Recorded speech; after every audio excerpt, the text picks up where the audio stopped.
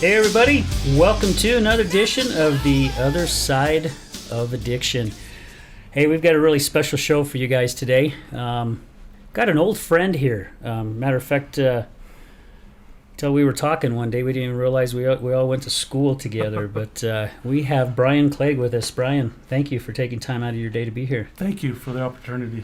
Absolutely. And again, our buddy who normally is our co-host, JD Greenouch, is busy with some appointments, and he's got to take care of his customers, which we understand. So my lovely wife, Janann Richards, decided to step in the place today, and we've already done one other show, and she was great. You did awesome, babe. Thanks. Yeah, you're welcome. You're coming out of your shell. It's like you're surprising me all the time with this new stuff that you're doing. I like him to laugh. Yeah, I don't think she knows what to say. No. All right, so we're going to share here a little bit. Oh, gosh, that's not your bio. That was our last. All right, so give you a little bit more about Brian. Brian Clegg, he is the youngest of 3 kids, has an older brother and an older sister. He has been married to his wonderful wife. You're going to have to help me again. Leilani. Every time there's something, a different name, it messes me up. So, Leilani, gosh, you guys have been married 29 years. Just celebrated 29 years on September 26th. Wow. Congratulations, Brian. That is really cool. Great. Thank you. Brian, Don't hear that very often anymore. No, you don't. Yeah. Brian and Leilani have 2 sons, Brandon, who is 22, and Cameron, who is 17. They love traveling, and one thing that I do know about Brian, he loves being out in the outdoors. He says, unfortunately, he lost his hero, his big brother, and we are going to talk about that. That's one of the reasons why Brian is here on this show. So, I mean, we can continue going through, and we're going to go through some more of this. But... So Brian, you and I we pretty much grew up around the same area, right? Yeah, West Jordan. Yeah, that was my stomping grounds till I got married. Yeah, and that was my stomping grounds too. I mean, back in the 70s and 80s, that was such a great place to be. It's a good place. Yeah. We knew a lot of the same guys, people. A lot of the same people, like the Bjorgis. Matter of fact, I ran into Donnie a couple years ago. Mm-hmm. I was doing Lyft and Uber, and I saw the name Bjorgi, and I'm like, yeah, there's no chance. And then I pulled up. As soon as he walked out, I went, oh, my hell. And then he said the same thing. He saw that an Al Richards was coming to pick him up, and he's like, no, that couldn't be. And then he gets in the car, and he's like, what the heck? But Small world. So, Brian, give us a little bit more about growing up. I mean, we know that you grew up in West Jordan, but how was your childhood life? Great parents, good childhood. Great parents. Had Dad was a heavy-duty mechanic for 35 years for Salt Lake County. Mm-hmm. Mom worked. We had a good childhood. I mean, it was good to me anyway. I mean, I look at it, and we were a happy family and just a normal family, I would guess. Yeah. In my eyes, anyway. So. Well, and we were talking about that in the show earlier, that when we're growing up and we have our families and things, basically you look at how your family is and you think pretty much like all families are like that. Yeah. And then come to find out as you get older, you realize that they're not. It's not. Yeah. You know. I mean, we didn't travel a lot. We didn't do a lot of things that other people did. Mm-hmm. But we had a very stable household with my parents. I can't complain a bit about that. So. Did you do a lot of things out there in West Jordan like I did? I mean, I was always in the irrigation ditches and the canals. Riding motorcycles. My brother, he was huge into motocross along with bodybuilding. He'd buy a new bike. He'd get me a new bike. I mean, we'd go ride with everyone. It was... all that's developed out now. Yeah, so of course, yeah. It was back in the farm days. It was a good time. Tons of pheasants too. Yeah, oh my pheasants. gosh, there were pheasants everywhere. Doves, we'd go dove hunting out by Interstate Brick. And you can't do that now, but yeah, it was a good place to grow up, and I had a good family. I can't complain. Yeah, and it sounds like you and your brother were really close. We were. as we got married, you know, we kind of did our own thing, but we were still close. He was, as I started my family, he was huge support there with me. As we had our boys, my boys clung to him because my parents watched our boys as when me and my wife worked. They were retired, so they were there every day. My brother, for a little bit, lived there, and my kids really got to know him and grew and got close to him. So he was great with them. I mean, he was a good uncle. That's he loved cool. them. So and his daughter was there too. So they all were pretty close at that time. So Yeah. So, I mean, as time went, which we have found with a lot of people that we've had on this show, whether it be a child, a spouse, uncle, aunt, grandma, grandpa, brother, sister, I mean, it's like something changes in people, and you and I were talking just a little bit about it during the show, which I'm sure we'll get into, but as healthy and everything as your brother was, like especially being in the bodybuilding and all that, because I remember there was some guys that were a year younger than us, you know, our senior year, their junior year, that were really big in it. I can't remember one of the guys' names, but there was my brother Corey, Dan Johnson, it was Ben. Corey. He started working out, I think, in the 10th grade, and Yeah. you know, in my opinion, I think that's kind of what started this whole addiction. He'd go and tear his body up lifting and started pain pills, and it was just a domino effect with everything else. So you really think in what you saw, that's what kind of started your brother down that road, huh? I think so. He was pretty heavily addicted to pain pills, dependent on them, and I think that's how it all started. That's me anyway. Yeah. Can I ask you a question? When he was Sure. lifting, was he doing steroids? I believe so. Yeah. Because that could be a start too. 'Cause Yeah. they're addictive. They are. They. Usually He addictive. did. Well, I know he did because he told me. Okay. And then he competed for Mr. Utah, and he did really well. He won first place in his class. Holy and cow. Yeah, he was. I would never expect that, because I remember I would be eating something that wasn't good for you or whatever, and he'd come and give me a ration of crap about it. What are you doing? You know, he's eating a can of tuna fish, and I'm eating a Snickers, and he'd get on me about it. But yeah, it was. I never ever expected that from him, or that this would happen. Didn't even think about it. But as I saw, you know, as he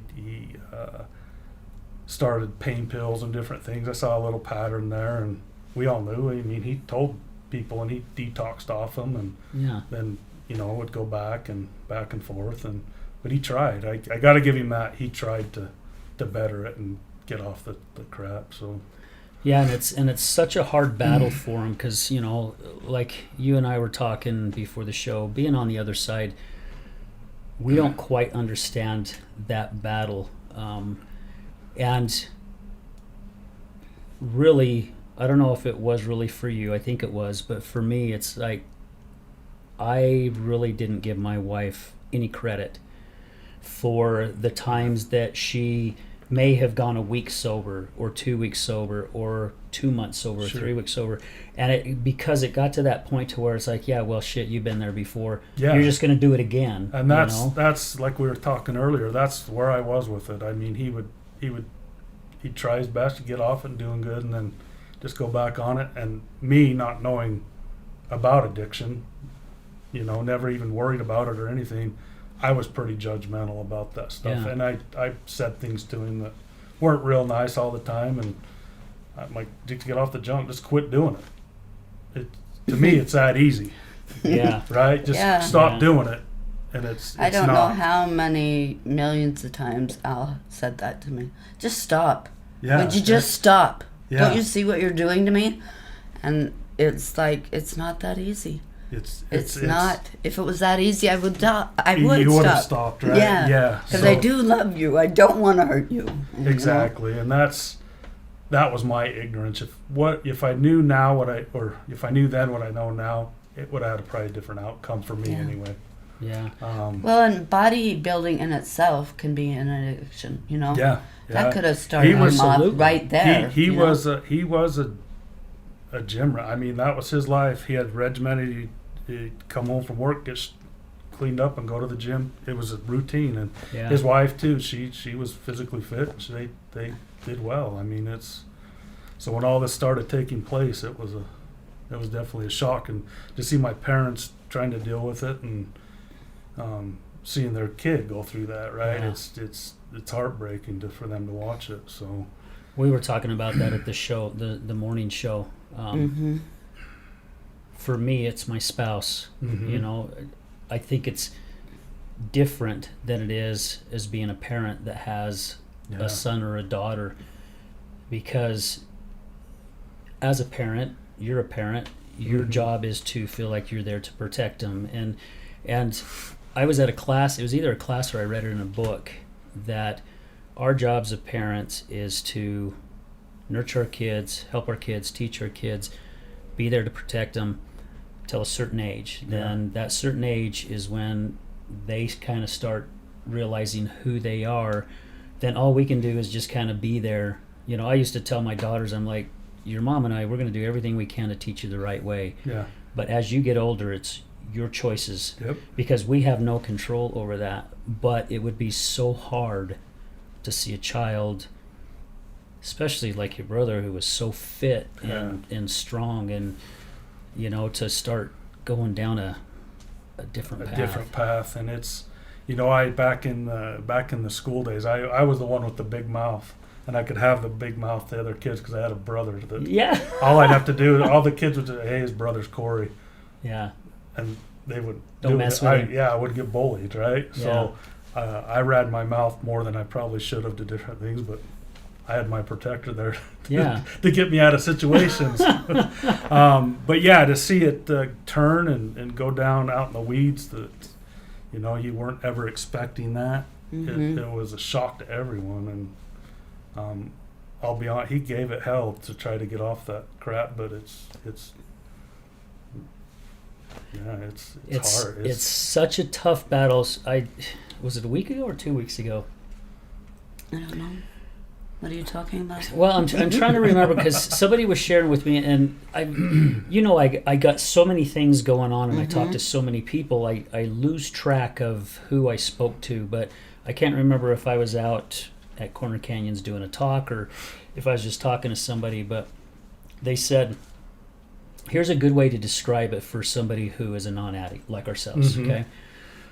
Said, how about if I just give you a box of laxatives, till you eat that whole box, and then you do everything you can not to crap your pants, you know, and to that battle, you know, and I went, what a flippin' great analogy, because that's how it is for them. They are doing everything they can not to let that addiction take hold of them. Yep. But it's like I shared with people when I first started talking about my wife's addiction. It's like that finger tapping you on the head continuously, going, no, come on, you know. It's like your little brother, You know you sister want it. poking you in the ribs, irritating the hell out of you. You know you'll feel better if you take it. Yeah, it's always there. The thought's always there for him. Yeah.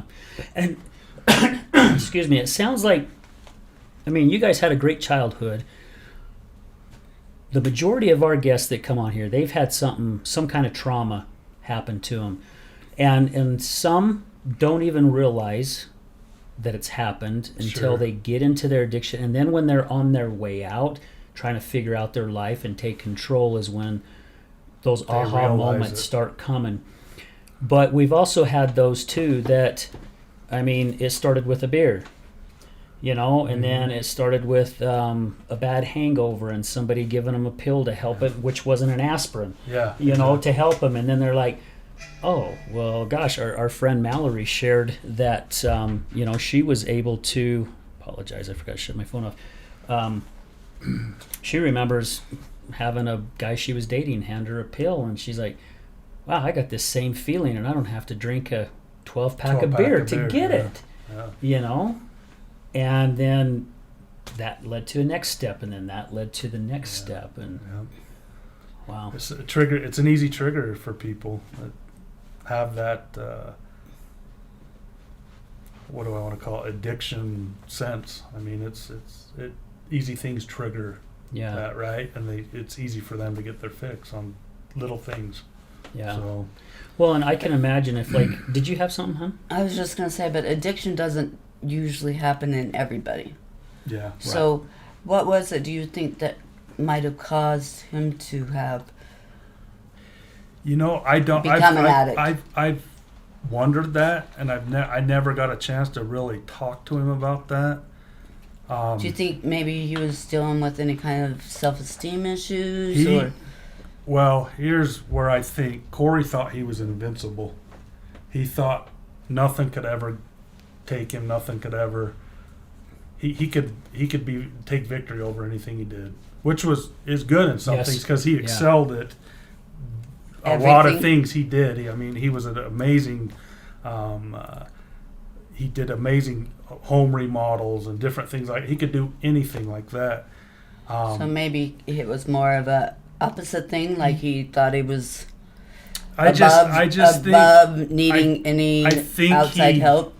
Yeah, maybe, but I think his self-esteem wasn't as great as he thought it was, maybe. Oh, okay. So, even though he was doing all this great stuff and had great kids and his daughter and wife, and he just never felt maybe he was enough. That's what my issue was. A lot of it was. And that's my experience, just with the times we did talk about things and without me getting upset talking to him. That's how that's kind of what he alluded to a little bit. And like I said, the guy, he'd go fishing on the Jordan River just to get away and go fish, take my boys down there. And there he had a cooler down there. He'd throw his fish in for the homeless people that lived down there.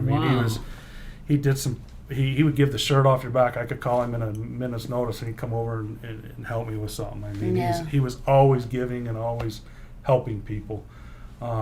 And I love that about him, but but I think that's what it was. I didn't think he felt he was enough and needed more. Just had to keep pushing, keep pushing, and I don't know. I wish that he could. I wished he was in this seat today, telling you. Yeah, no kidding. Yeah, sure. But it's that's just my experience with the conversations I did have with him. And it falls into that realm. Mm-hmm. Because one of the things that I really enjoyed about doing this show when we started it is I have gotten to a point to where now I will never understand addiction fully. It's just because we're not in those we shoes. haven't experienced it. So. You and I can relate because we've been there. We can't relate with her. Exactly. She could relate with your brother. I can relate with you guys because of my dad. Well, that's right, because your dad. Yeah, so that's right, hon. But that's one thing that I really love doing about this show is because I am learning so much more to where it's almost like when you see the movie stars go down the red carpet and all you see is all these flashes, because everybody's taking these pictures and it's like all these flashes are going off because it's like, oh my gosh, I never thought of it that way. And I'm gonna ask you a question to see if you fall into this. We had JD, who was our co-host. He was our guest one day. And we were talking about what was going on in his life and all the addiction he had in his family, and I shared a little bit about my wife. And he goes, Al, if you stop and think about it, you were addicted to her addiction. And I was like, holy shit, he's right, because it consumed me. Yeah. Did you find it? And it consumes us because we love that person, right? There was a time where that's all I could think about.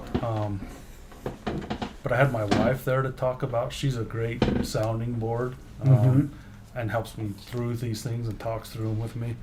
But yeah, it did. It was all Christmas parties. All that. That's, you could tell he was high on something at the parties and stuff, and yeah, it is consuming, and it wasn't just for me. It was for his wife. It was for his daughter, and trying to, process that, and trying to help him and get him to a point where you think, okay, he's got this, and then they relapse, and like, oh, okay, well, yeah. It's very, very frustrating. As you know, and you know, Janan, it's he had a few incidents where he OD'd, and we were able to save him. And I'm like, man, this is real. When I went to the hospital and saw him there, going through after they give him the Narcan, going through the withdrawals or the effects of that, I'm just like, Corey, you got to get your crap together. And it ended up us having a not so pleasant conversation in the hospital. It's just, you got to get your crap together for your family, and I ended up just leaving. But yeah, it's I never thought it would lead to this.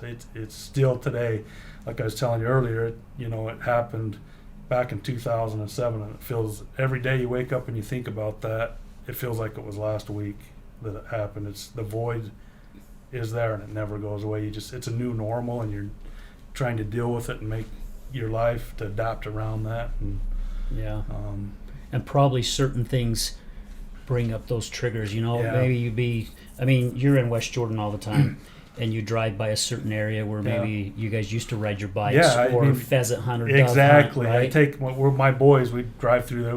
Hey, we used to hunt here. We used to ride our motorcycles here, because my youngest he likes that kind of stuff. So I tell him stories. He was smaller when he was hanging out with Corey. He doesn't remember a lot, but he remembers a few dune buggy rides and stuff. But I tell him, hey, me and Uncle used to go over here and hunt pheasants all the time, or doves, or we used to ride our motorcycles here. So, really? You used to do that with your brother? So they like to hear the stories too. It's and I vowed, when he died, that I'd always keep his memory alive with people, and I'd try my best. He unfortunately he couldn't battle this. He didn't win. Yeah. And I've listened to a few of your guys' shows that you've had, and there's some pretty amazing stories of people that came out of it. And Janan, you're doing a great job. I mean, Thank you. I like to hear those stories. I wish my brother was there. Yeah, we brought that up a couple shows ago. Hasn't aired yet, but it'll air by the time people hear this show. But I think it was with Melissa. Christopher, who was out of New Mexico, and because she hung out with a lot of friends. They were all addicts and partying and stuff, and a lot of her friends are no longer here.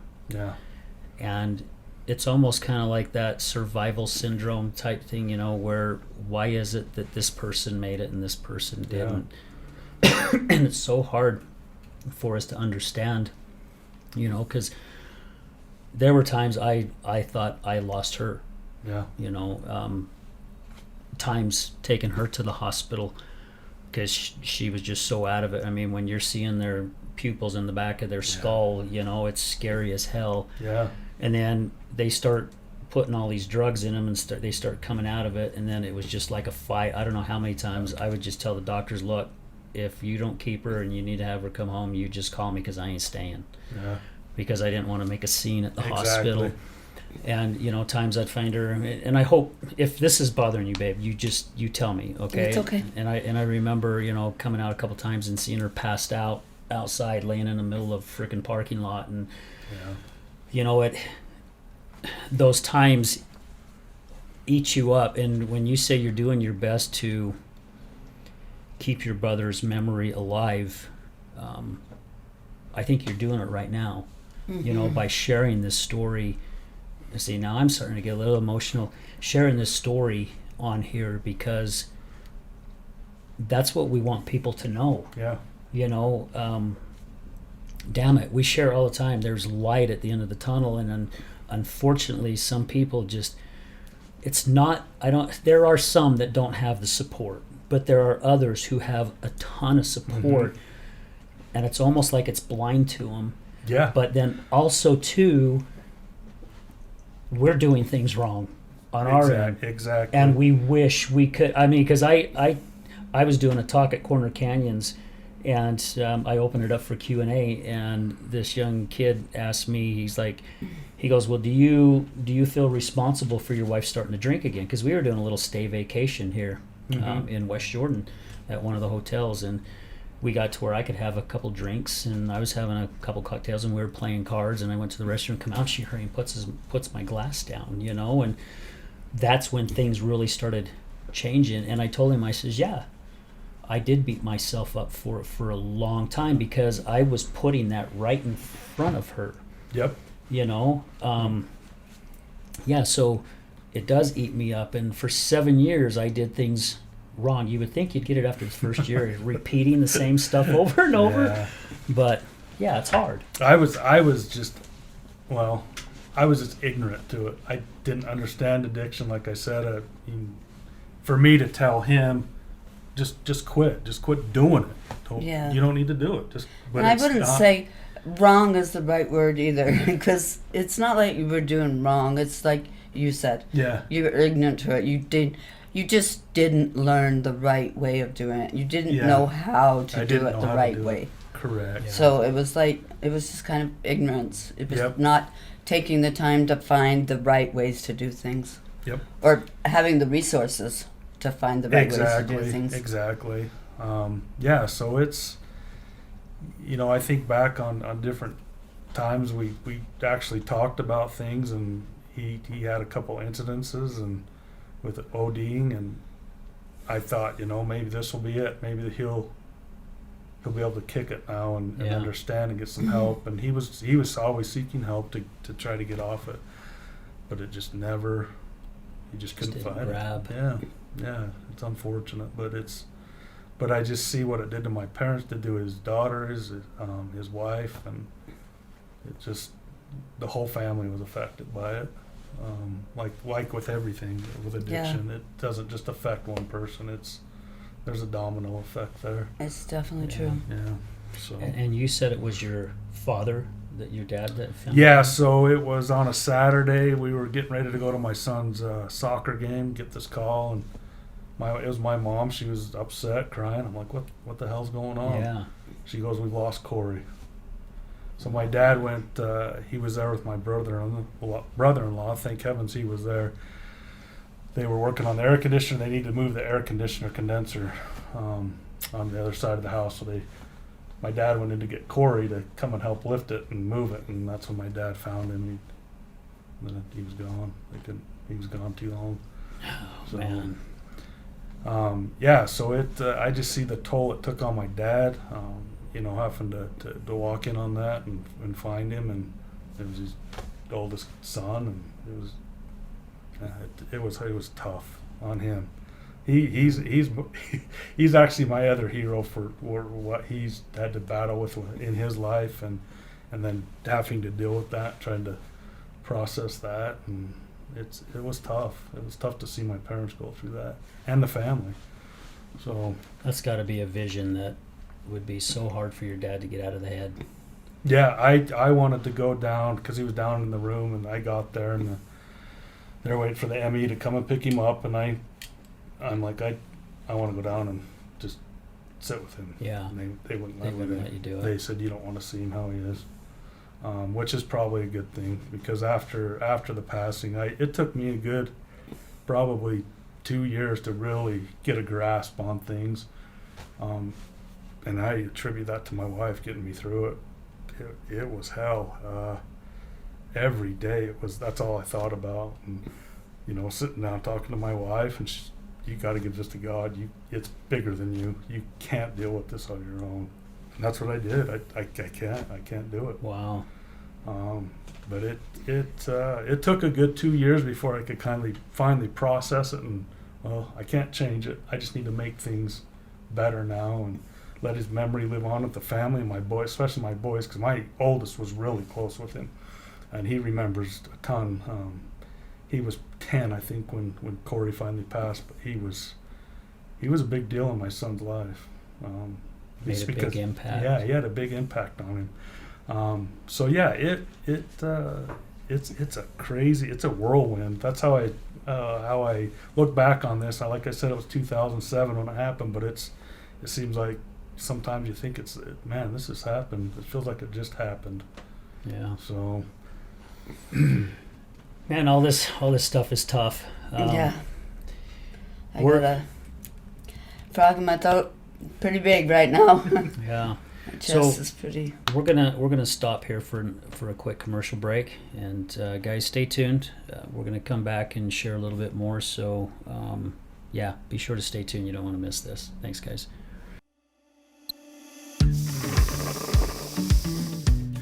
How do you start your morning? Start it with a cup of High Point coffee.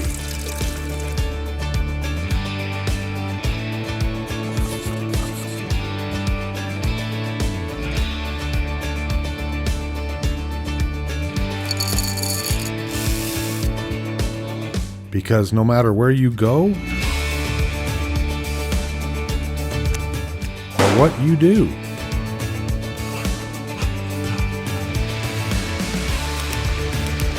it's always better with coffee. High Point coffee.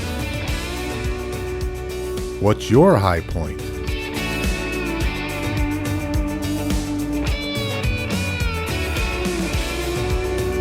Located on the corner of 7800 South and Redwood Road in West Jordan. And a special thanks goes out to our partners in Oxford, Mississippi. This is Gregory, owner of Lift Up Concrete, proudly serving the Wasatch Front for the last 12 years, lifting sunken flatwork for both residential and commercial applications. Only fully trained professionals lifting concrete at your residence with the same quality of material and method used at every commercial job we ever do. Don't replace it, lift it. liftupconcrete.net, 801-792-4535. Contact us at liftupconcrete.net, or if you're looking for a complimentary quote, 801-792-4535. Again, 801-792-4535. Again, this is Gregory, Lift Up Concrete Lifting.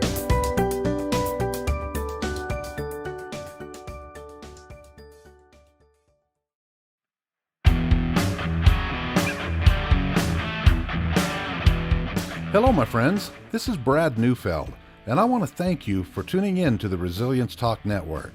You can listen to my show, Resilience, every morning, Monday through Friday at 8 a.m. Mountain Standard Time. On my show, we will be discussing what it takes for you to overcome the day-to-day challenges that all of us face in life, as well as some of the devastating ones that may lead us to feelings of hopelessness and despair. It's my goal to provide you with the tools and skills that you need to overcome anything that is thrown your way. To find out more about my show, visit our website at www.resiliencetalk.com. That's www.resiliencetalk.com. And as always, until we meet again, go for everything that you want in life and make it happen.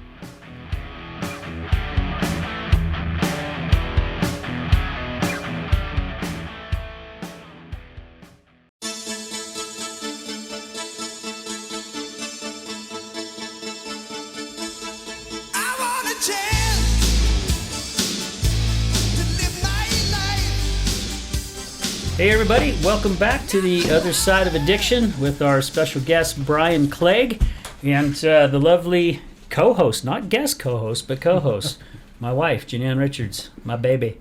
Hey, I got a smile out of her on that one.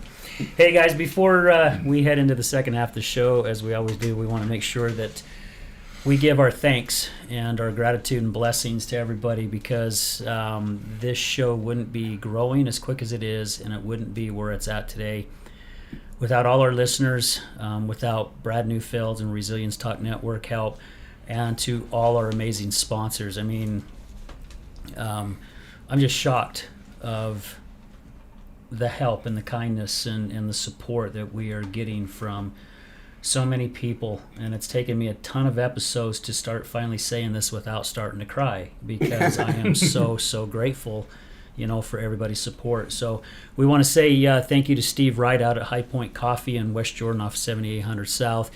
Those guys are awesome. Brian, I'm sure you've probably gotten some coffee from High Point. Yep. Those guys are just cool as hell out there. Good coffee too. Yeah, it's really good coffee. good chai. I always get the chai. Chai tea. Yeah, I get the blended in the summer, and I get the hot one in the winter. So. Hey, we also want to say thank you to our good friends Tosh and Gregory Carlisle, the owners of Lift Up Concrete out of Kaysville. Thank you for all your love and support. Brad from Surf Pro West Jordan, but we just want to say thank you to all the Surf Pros from Ogden all the way down to St. George. We also have USARA, who are big supporters. USARA is Utah Support Advocates for Recovery Awareness. Guys, thank you for all you do. My wife goes to USARA. She loves everybody out there. We've had a couple people on the show from USARA. Guys, keep up the great work. Yes, we do love you guys. I also want to say thank you to Letitia and Kevin, the owners of Computer Hospital in Sandy. Guys, if you got something wrong with your computer, take it to Computer Hospital first, because it's a place you can go where these guys are going to be upfront and honest with you. They're not there to pull the blinders over your face. They will give you an honest assessment. If there's nothing wrong with your computer, like I had an issue with mine, I thought I was going to have to get a new computer, and all it was is my battery was going dead. They just sold me a battery that was bigger to help support when, they could have said, oh, your computer's dead, you need a new one. So, guys, thank you very much. Also want to say thank you to Refiner Production. Refiner Productions, Cameron and Austin Smith, they do incredible work. If you guys are looking to have a wedding done or a party or a commercial, these guys do a plethora of things. A plethora. It's another new word I'm starting to take on, plethora. It's going to go with my phenomenal. I'm going to add it in. So, these guys do great work. Some of you guys that follow the social media, some of the videos that I have put out, those are the guys that have done it. And they just do great work. And another huge sponsor of ours that we are very, very grateful for, and that's Taffy Town out in West Jordan.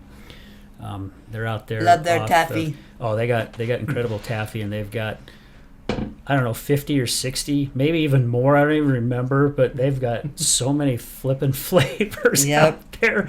But for those of you guys that don't know it, they're a 100-year-old company here in Salt Lake City. The people that are running it now are third generation. Grandpa started it, and then the dad, and now the boys have taken over. But what's the road that Dannon is on? That's Prosperity. Yeah. So they're right off of Prosperity Road and about 90th South, just actually down off. They're actually off closer to the old Bingham Highway than anything else. But guys, again, thank you for all your support, all your love, and for believing in our cause.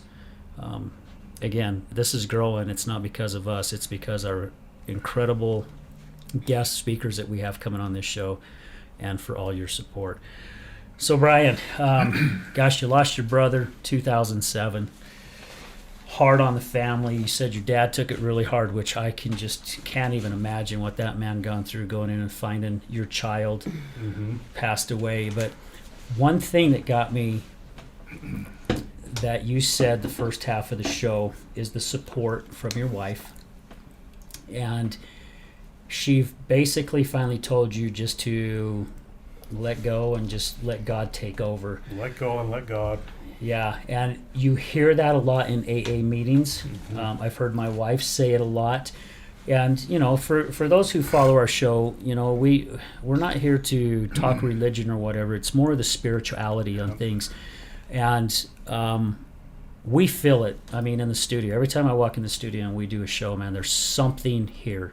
There just is. But to be able to do that, because that's even kind of hard to do as well, It is, and that's why it took me. I was lost. No one can fix this. No one can make things better. I'll always feel this way, and you know, again, my wife was, she's my lifesaver, and we'd have talks, and you've got to give it to God. This is too big for you to deal with, and He'll handle it. And it did. It worked. It made things a lot easier. Did it take a while for you to start feeling that relief? And the reason why I'm asking is, you know, to share, when I was hitting my knees and just going, God, please, just tell me what I need to do right, or, you know, what am I doing wrong, or how can I be there for her? And for a long time, I didn't think I was getting answers. You know, I mean, I hadn't even fasted since I was like 13 years old. Yeah. And, you know, I finally heard a story. Matter of fact, it was Todd Sylvester's story that I remember I am recovering in his book, but he was talking about how somebody was talking about fasting and that, and I'm like, I wonder if I should do that. And I called a good buddy of mine up who would know, and I'm like, hey man, how do I do this? I don't even remember. Is it like, what, 6 hours or something like that? And he goes, no man, it's like 24. I'm like, what?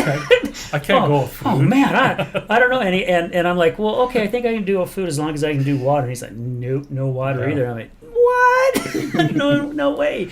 Yeah, But going without water is a huge thing. yeah, because you usually see me, most people that know me, I'm carrying a water bottle with me all the time. But yeah, I felt like I wasn't getting answers. I did feel the same way. Okay. But after I started feeling different and I started seeing different things happen, and I looked back and I was getting the answers. I just didn't recognize You wasn't listening. I wasn't listening. Yeah. I was tone deaf. I was focused. I was focused on work, dealing, you know, making a living for my family, and being at home sometimes was rough because that's all I'd go home from work and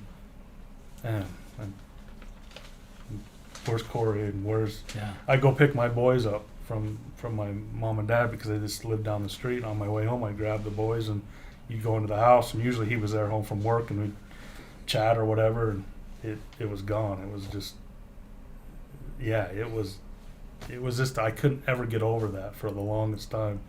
But it just clicked. Everything fell into place, and you know, everyone deserves to be happy. Everyone deserves to be happy, and I owe it to God. He's the one that took it and helped me figure things out to where and support my life.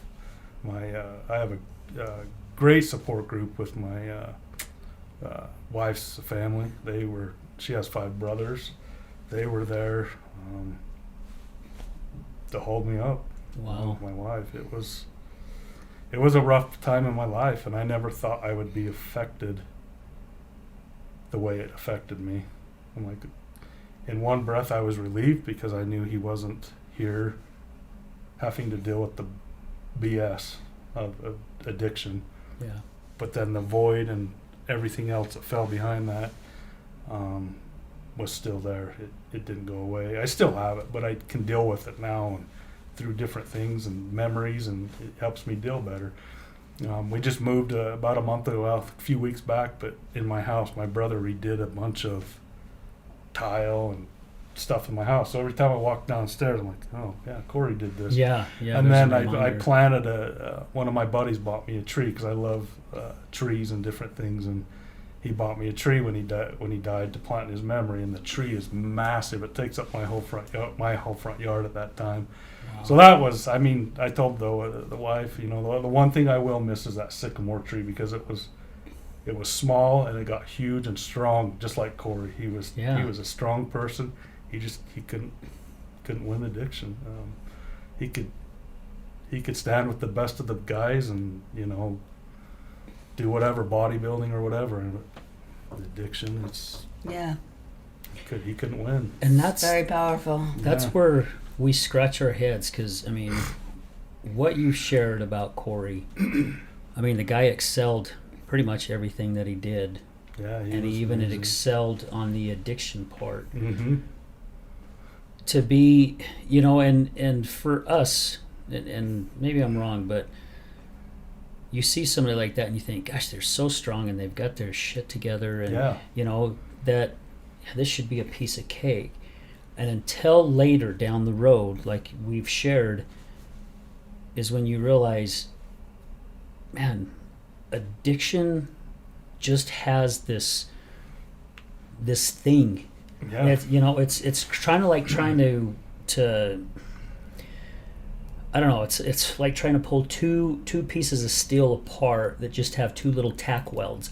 You just got this little teeny tack weld, and you think, well, yeah, that should be a piece of cake, but Right. you do everything you can to try to break it apart. And that's that bond that addiction has on people. It's small, but it's big, Yeah, right? I mean, it's a big deal. It's small to us because I didn't understand it at the time, mm-hmm. but it's a big deal, and it's bigger than what most people think. Yeah. So, Well, and The only person that can conquer it, or the only thing that can conquer it, is something bigger than us, and that's yep. yeah, whatever your higher power is. 100%. yeah, Yep. and that goes for us even on the other side, because like Brian's wife told him, and I finally had to say the same thing. I don't know if it was the prayer after my fasting or what, but I remember kneeling and just tears just pouring down my cheeks, and I'm going, I can't do this anymore. Yeah, yep. You've got to take over. I don't know what to do. I don't know if I should leave her. I don't know if I should stay. I don't know what to do. Just, Take it. Take it from me. And one of the things too, I think one of the reasons why I have had to go through this, and I don't know, maybe it's the same thing for you, but it has helped me through more of my life than just battling with her addiction. I think for me too, Al, other things in life are a lot smaller, Yeah. right? You're dealing with different things in life compared to what you're dealing with Jeanette, dealt with Jeanette, and you guys as a couple. That's a big deal. You have a lot at stake there, right? So I think there's the normal everyday stuff and things that we get into that we have to work out are sometimes you've been through this a lot tougher situation, so that the things in life are a lot smaller, Yeah. right? I- That's how Well I kind of. put. I agree with that, really. That's how and it's helped me. It's helped me in my work life. It's helped me in my family life, and as I look back on things, I grew from this. Not in a way that I wanted to, right? Right. I didn't want to have this happen to grow at my brother's expense, but my wife tells me this, and I agree with her. She goes, "There's no accidents why things happen." Yeah. But when you lose someone, you're like, they say that, and you're like, well, he would be better off here with us than laying in a casket right now, Yeah. right? It took me a long time to understand that, but after, we've had several talks, we talk all the time about this stuff, and there's not a week that goes by or, a day for me that I don't think about him, but his name is always brought up in something. My son's, he's huge into athletics. He's a huge lacrosse player, lifts weights. I go, Corey would have loved to be here with you two and train with you guys. Yeah, I bet he would. Yeah. Because I never got into that. He would get mad because, man, you got the perfect body stature and everything for bodybuilding. You need to start like. It's not my thing, man. but yeah, I mean, it does have a different. If you look at it in a positive manner, it does have positive effects. Well, one thing is that he doesn't have to deal with. Yep. That up and down roller coaster ride that he was on. And he doesn't have to deal with the addiction anymore. He's with God. Yep. And that's, there's many good things. That's really. That's what helps me through this, is knowing he's with the higher power, and he's taken care of. He's fine. His body is healthy. Yep. He's and shortly after he died, I don't dream. People believe in this, some people don't, but I had a dream that I was at the park with him, sitting at a park bench after he'd passed. He was healthy. We sat and chatted, and he goes, "Brian, I did too much this time, but I'm good. I'm fine." but it was cool. still that hard gave me for goosebumps. me to grasp that. And I even told my parents that this happened, and because maybe to help them, process it. And it is still hard for me to believe that, but I believe we really had we had a connection there. Oh yeah, I believe that too. People say that's how they, people communicate, and but after that, it was still hard for me, even though I had that. Yeah, but I would rather have you here. Yeah. Right. Yeah. So. Yeah, it's crazy. I mean, how God uses other people to kind of put us on the path that we're supposed to be on, and some it's tragic, like yours. It's. Do you need some more slack there, Brian? Yeah. Can I? It keeps cutting out. Yeah. Oh. There we're good now. We're okay. Good. Yeah. Sometimes you wouldn't put all your stuff on his wire there. No, it's. We have a bunch of water cases underneath, and sometimes they get put on the on the wire. But that's why, because there is more slack. But yeah, it's crazy how he uses other people to put us on the path. We were invited from USARA to a place that happens every September. It's called Recovery Day. And there's a lot of rehab places that go up there, and you get a lot of people that come, and majority of the people are battling addictions or are in recovery. And me and one of the gals who's been on our show as a guest, and she's been a guest co-host, we were walking around, and I said to her, I'm like, would you have ever thought that you'd be somewhere like this, walking around? I mean, because these things have been going on for a while. Yeah. I've probably heard about them, but I've invited him to him before in past years. He would never go with me. I wouldn't go, And now here I am walking around in a place like this, and we've got people coming up to our table and like, yeah, what are you guys doing? It was our first year. We didn't have any fancy tent. We just had a couple tables and some chairs, and a little paper sign on each table that said The Other Side of Addiction Podcast. Pretty much that's all we had, But yeah, we never thought that we would have been at a place like that. And we were coming home from the studio one day and heading home, and Janan was with me, and she's like, the only reason why you're doing this is because of me. And I kind of chuckled thinking, but I'm like, damn, she's right. Well, I only said that because he had said that to me before. Yeah. But yeah, I mean, so even though the battles that we went through together has led us to this path now, to where now hopefully our voices and other people like yourself who can come on the show and share their voice. We said early when we first started recording, my ex-co-host, who is 6 years recovered alcoholic, we both said that everything that we went through was worth every single minute if this show saves one person. Yeah. If we can just get one person, whether they're on the other side or they're the side of the addiction, if it'll open their eyes and go, oh my gosh, if that person can do it, because they were in a lot deeper than I am right now, and if they got out, I can do the same thing. Yeah. You know? Yep, definitely. It's like I said, I've watched a few of your podcasts, and it's some of the stories are amazing. It's just crazy how deep people get into it, and then they can get out and got the support. And so I think this is a great thing you guys are doing. I think it's going to help a lot of people. I think it is. That's what we're hoping. And and I wish, just like you, Brian, I wish Corey was here. Yeah, I wish he was to be able to sit here and share. Yeah, but it is what it is now, and he's still my brother. Yeah, right? Of course. He's just not here, and we'll see him later on down the road. Yeah. And that's how I have to look at it, to deal with it some days, and it's like, he's taken care of. We're the ones here that have to sit and deal with everything, right? But they're fine. Yeah. So. Yeah. He's probably lifting weights out there. Yeah. I mean, it's just crazy. Asking Jesus to come over and spot him. Hey, do you mind spotting me for a few? Yeah. It wouldn't be the first time he got spotted, right? So. Yeah. Yeah, it's it's a crazy experience. I never, like I keep repeating this, but I never thought I'd have to deal with this in my lifetime.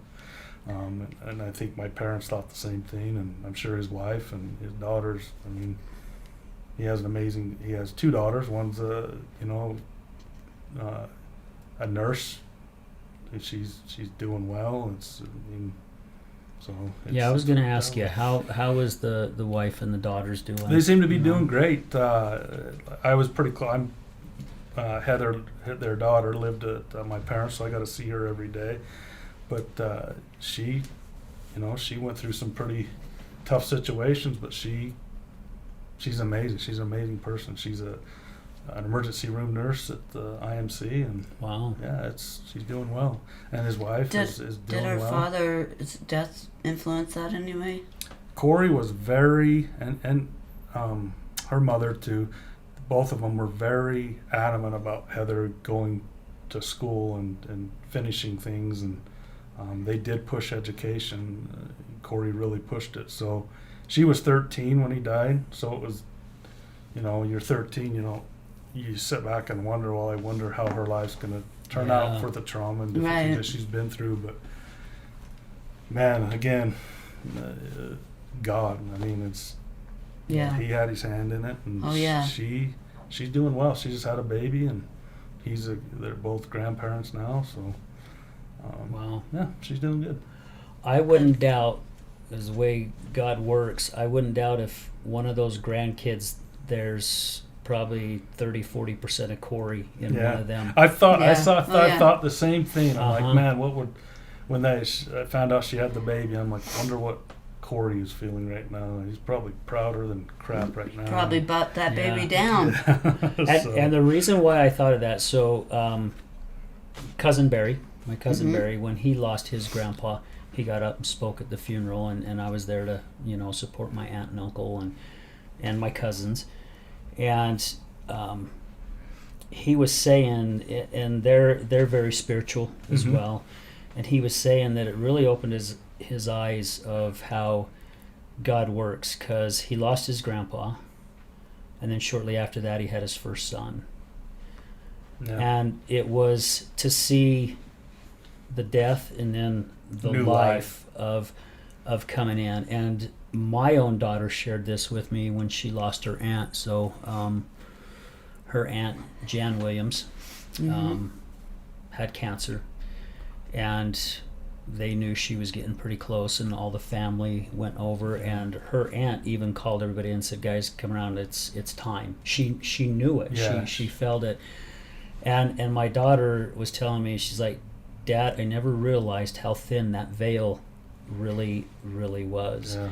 And then when my grandma was having some health issues and I remember visiting her in the hospital, and she kept staring at the corner of the hospital room, and I'm like, Grandma, do you see something? She goes, aren't they beautiful? I'm like, what? The wall? I'm looking, and I'm like, I don't see. She goes, the angels. Aren't they so beautiful? And I mean, she was so fixed right there, and I'm going, wow. Yeah. It is really thin. I mean, seriously. Yeah. So, I wouldn't doubt that.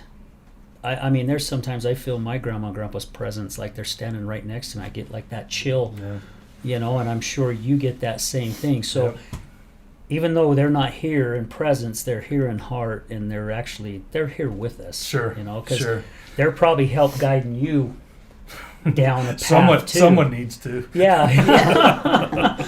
Yeah, it's crazy. Yeah. Well, guys, we're going to stop for another quick break, and then we will come back and we'll wrap this up. Oh, you got something? Well, when we come back from the break, okay. I would like you to talk more about the shot that he used to get when he was overdosing, because I think a lot of the listeners might not know about that, and it's a good help for their loved ones. Oh, good point. Okay. So, all right, guys, stay tuned. We'll be right back. Good morning, this is Leticia with Computer Hospital. We are your computer repair experts for both PC and Mac. We are your community resource for all of your computer repair needs. What makes us different is that we want to fix your computer. We also do free diagnostics. We charge a flat rate labor, which means that you won't pay by the hour. All of our computer repair is done in-house with a fast turnaround time, and same-day service is also available. Feel free to stop by anytime without an appointment. We're located in Sandy at 8721 South State Street. Again, that's 8721 South State Street, or call us at 801-987-3993. Again, that's 801-987-3993. This is Leticia with Computer Hospital, and we look forward to seeing you soon.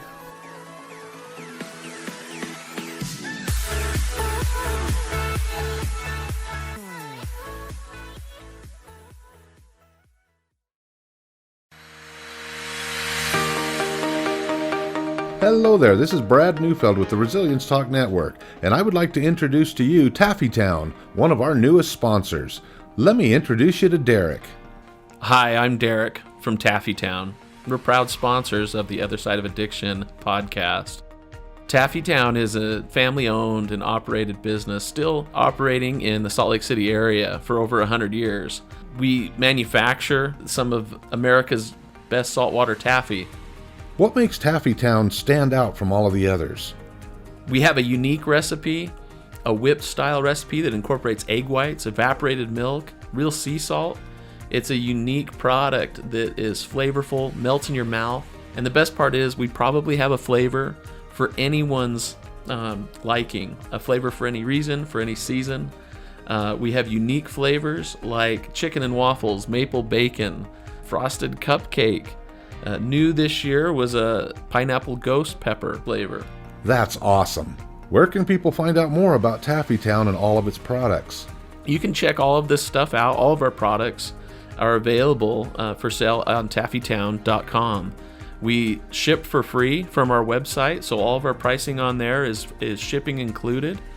Oftentimes we offer special promotions and discounts to our loyal customers, so do be sure to sign up for an account, and we look forward to seeing what we can do to make you smile with our taffy. Where are you located? We are currently located at 9813 South Prosperity Road in West Jordan, Utah, just at the foothills of the Copper Canyon mine. Derek, taffy has always been a great gift to give. What are some of the creative ways Taffytown can help say thank you to others? Yeah, if you're looking for gift ideas, whether to say thank you to friends or family, or maybe to your clients after such a difficult or successful year that you've had, you could look no further than to get a gift idea from taffytown.com. We offer pre-packaged gift boxes that say that it's saltwater taffy from the city of the Great Salt Lake, and it tells a little bit about the history of our community and making candy for so long. You can also do customized gifts to pick out just the right flavors or colors of candy for that special someone, and deliver even a personalized message in that box to them. So please feel free to check out taffytown.com for any gift ideas this season. Thank you so much, Derek. Please visit taffytown.com, that's taffytown.com, to find out more about the products and services that Taffytown offers. You won't be disappointed.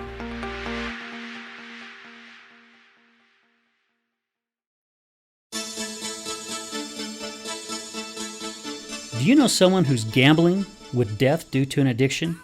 Do you know someone whose life is being turned upside down due to a loved one that's battling with addiction? Hi, I'm Al Richards. I am the host of the Other Side of Addiction podcast. I started the podcast due to my wife's battle with alcohol. Let's just say I became addicted to her addiction. Our podcast is helping people understand a little more about those who have battled addiction and those who are hurting from their addiction. Through raw vulnerability, we share stories that help uncover the root causes of addiction. Shame felt on both sides, matter of the conscious and subconscious mind, continued beliefs, and often confusing paths of recovery. We collaborate with real people and their stories, as well as licensed professionals, to help our audience gain a better understanding of addiction. You can find us on Resilience Talk Network. You can also find us on Facebook at Mr. Al Richards. That's Facebook at Mr. Al Richards. You can also find us on YouTube. Just look up the Other Side of Addiction podcast.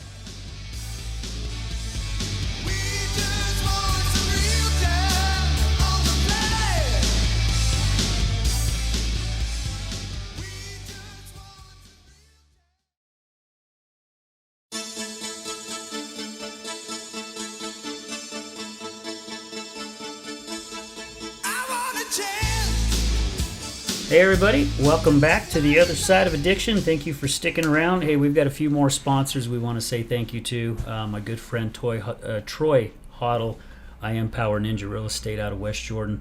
Thank you for your love and support, my friend. TJ McLeland with Fitness Realty.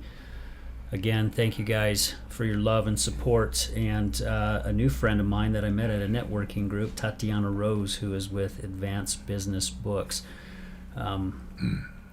All these people that we mentioned as our sponsors, as well as Brad and Resilience Talk Network, just incredible people. I've been blessed with all the years of my networking and being involved with the West Jordan Chamber of Commerce and just meeting some great people. And these people have really stepped up and helped us out. Just between Steve over at High Point and Brad, I mean, Steve stepped in right off the bat, and that's what pretty much kind of got this whole ball rolling. So guys, thank you very much for all your support. Brian, again, thank you for being here on the show, taking time out of your day. I just can't imagine. I wish JD was here with us, because he would know exactly what you're going through, because he's been there. You know, He lost his sister, and it was very hard for him, and it's still hard for him. I've seen his emotions come out and what he's struggling through, and he's doing his best to pretty much just kind of let the process go while he still takes care of his family and trying to keep his life on track. And so for those of us who haven't lost a loved one, man, it's hard for us to hear, and it's hard for us to understand. And those who are on the other side of the addiction, like all three of us here, you know, because you had it with your dad, like you mentioned earlier. Yep. It's hard for us to understand, and you probably understand the most out of both of us right here, because you've lived both sides, you know. But and we were sharing during the break how this just kind of takes down the whole family, even with the addiction or just a loss of a loved one. Man, it affects the whole ball of yarn. Yeah. I mean, it really does. You know, like we were talking, you know, and I pray to God I never have to deal with this, is losing parents shouldn't be burying their children. Correct. Right? People have said that for years, and it's been a topic of discussion, and I don't know if I could handle that, but I saw what my parents went through when he passed, and the toll had on my dad, but more so my mom. And her health declined. She ended up passing 4 years later, just because of the decline in health. A broken heart. That's what I attribute it to. She just gave up, and she lost her oldest son, and it took her eventually. And that's another thing, you know, he's in a better spot, better place, but he's with my mom now too. I had a harder time, and this probably isn't the PC thing to say, but I was a mama's boy. I was close to my mom. So when she passed, I was, okay, yeah, she's ready. She needed to do what she needed to do. I had a harder time losing my brother than losing my mom, because I had a great relationship with my mom. I didn't have a close relationship with my brother when he passed because of the addiction, and Right. I was fed up with it and saw what it was doing to the family, and I was again ignorant to it, and I didn't want any part of it, and said things I probably shouldn't have said, but I can't go back and change that. Right. So, Well, and you probably felt that guilt, because I know some of the things that I've said to her. yeah, If I would have lost her after saying those things, yeah, I know for a fact, because I'd be lying if I said otherwise, but Yeah. I know for a fact that would eat me up inside, going, what the hell was I thinking? Yeah. I think there's a song, a country song or something like that. What the hell was I You thinking? say always Is that say what that I always say? time, Do yes. well, I'm gonna have to make sure What I don't was say that I anymore. thinking? But yeah, I mean, but that's how bad the addiction gets to all of us. yeah. You just get You know? you get It destroys everybody. it's a domino effect, and it falls the whole way down. The whole line. It's just it's crazy how people, it affects everyone. But I was just, it's easy for me just to, okay, that's what you're like, I'm done with this, and move on. But it really wasn't. With my brother, it wasn't as easy as I made it out to be. If you're going to live that life and do this to your family, and I don't want any part of it, you need to wise up, right? Yeah. And we had, like I said, we had talks and different things, and spats and fights, and I've called him on to fight a couple times, but knew when I'd get my ass. Well, But I was just so angry, and then after he passed, I looked back on that and I'm like, man, if I could change that, I would. Yeah. Now that I know more about addiction and the battle that they're facing, it's not easy. It's not flipping a light switch and it's done. You can quit it. That's how my mindset was, though. yeah. So Well, That's one of the biggest things I learned too, is because when my dad overdosed from his addiction, I was pretty cold about it too. yeah. It's like, but we were really like opposites. We Yeah. weren't even talking at that time. Yeah. My mom, I had even told my mom that he was not welcome in my home. And 2 days before he overdosed, he came to my home with my mom, and I let my mom in, and I told him that he had to stay in the car or stay outside, whatever. And that's the last thing I said to him. And then when he passed away, she eventually came to live with us.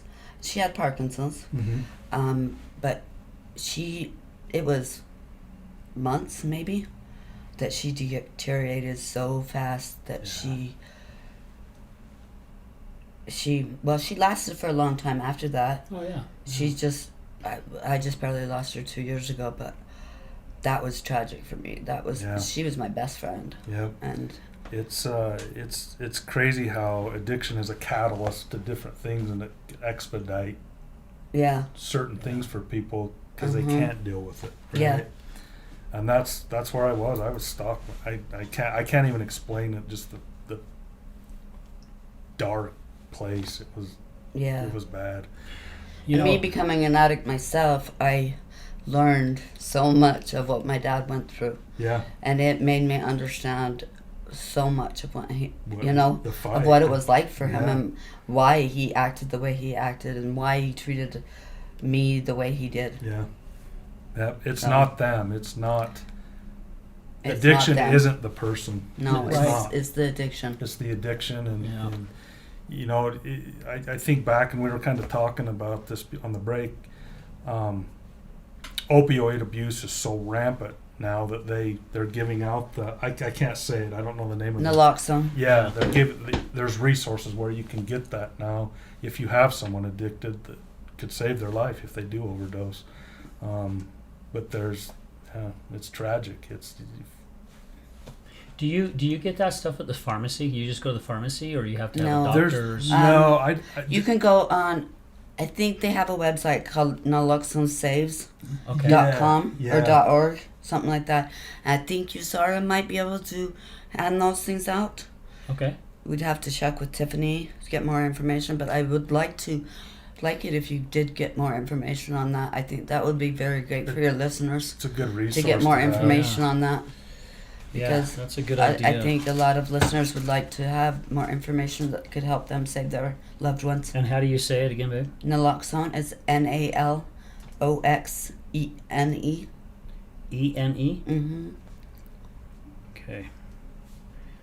Put more info. Yeah, because you were wanting to talk about that when we came back Yeah, on that's- our break. So I'm We glad pretty much Brian, just did. Yeah, I'm glad Brian It's brought just that another up. resource Most for of the people. information I know is Yeah. what we just talked about. So Well, and I just found out, literally just a couple days ago that so cops have now been trained, Yep. right? And you know a lot of the community police, Mhm. which I used to. A lot of them have left and They've retired retired, now. a lot of them. Yeah, have. even the police chief. Yeah. But yeah, so when there's like an overdose, they want you to call for help, and even if there is the drugs involved, that there are supposed to be no arrests, because it's about saving that person than it is about.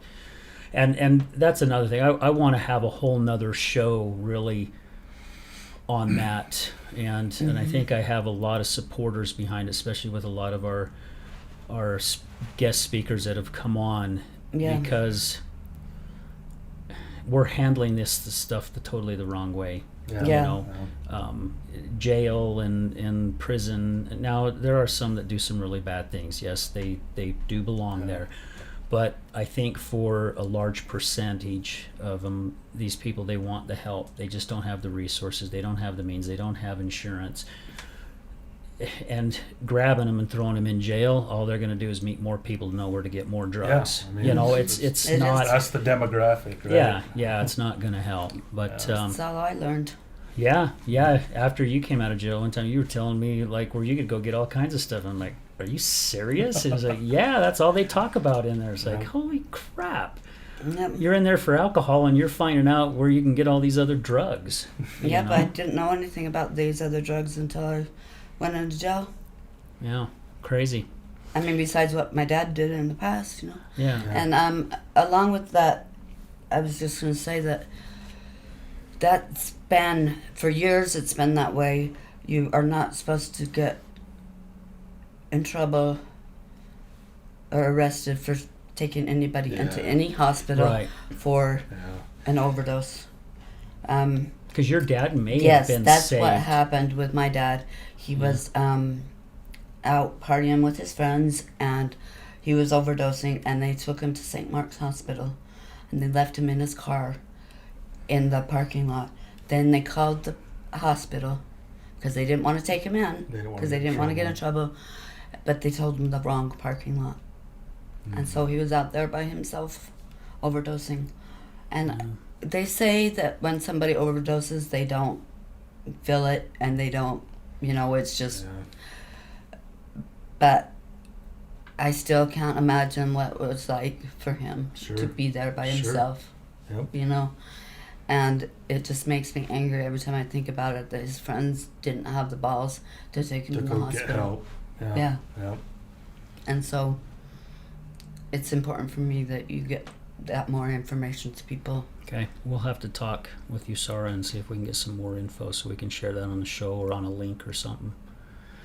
So Brian, with this sharing all this stuff, what's happened and where your family's at today and where you have come, so far, with great support from loved ones, your wife and things, and higher power, what is something that you could leave for our listeners that have been in the same shoes that you're in?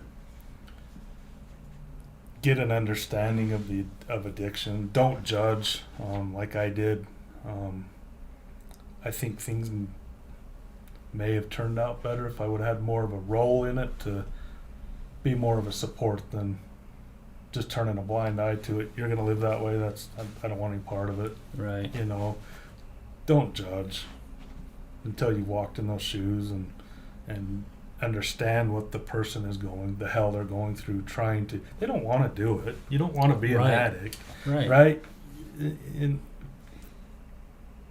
just don't judge. I mean, until you fully understand it and get to know the person. Don't even judge them. Yeah, exactly. Yeah, well, exactly. Don't judge at all, but there's the stigma that comes with it. An addict is, I don't want any part of that. I'm going to stay away, and their support group leaves them. Yeah. And they're handling it on their own. Yeah. And it doesn't work that way. It can't work that way. They got to have support.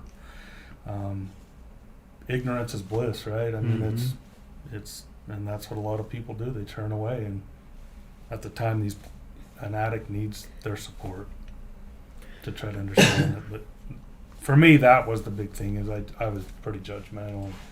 I wouldn't do that again. I would approach it in a different way. So.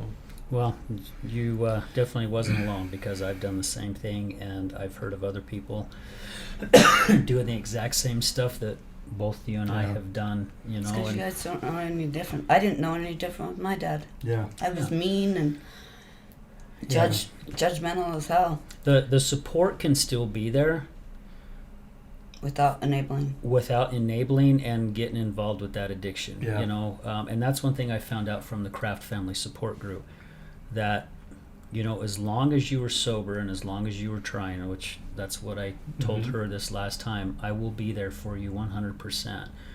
But the day you use, don't step in my box, Yeah. because it's too hard for me to handle and I don't understand. Because once they step in that box, you and I both know we don't get it, and we end up saying the wrong thing, It's doing gonna the go. wrong thing. It's gonna go sideways. It will go sideways. Yep. You know, so stick to your boundaries. But thank you for sharing that. I think what you shared was perfect. Thank you. Yeah. All right, guys. Gosh, another great show. And one good thing about this one too is when I get home, my wife won't say, "How was the show?" And Yeah. I usually say it And was you won't say phenomenal. So she's here, so she doesn't even have to ask that question. But yeah, both our shows today was just great. Really good. Yep. Again, Brian, I can't thank you enough, Hey, man. thank you for the being opportunity. here. It's been great. Yeah. It's been great. So Yeah, thank I'm you. glad Thanks, that you Janelle. had a chance to be here. Great. Thank you. Absolutely. So guys, keep staying tuned, because we have got so many shows in the pot. I mean, really, so many, and I'm still getting people reaching out. I've got a message that somebody sent today. We've got a new fan, and I was talking to Brad and sharing it with my wife earlier. You guys, just thank you. I cannot thank you guys enough for all that you guys are doing and all your support. So we're going to end you with this, as we do with every show. Remember, addiction is giving up everything for one thing. Recovery is giving up one thing for everything. Love you guys. Bye.